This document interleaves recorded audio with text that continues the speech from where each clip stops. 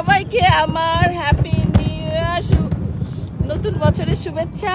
তোমরা কেমন আছো? সবাই নিশ্চয়ই ভালো আছো। সবাইকে হ্যাপি নিউ ইয়ার।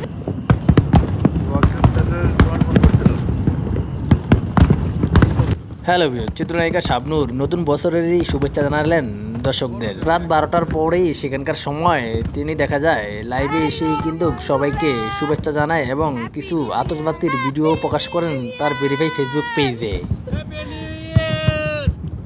সবাইকে নতুন বছরের শুভেচ্ছা।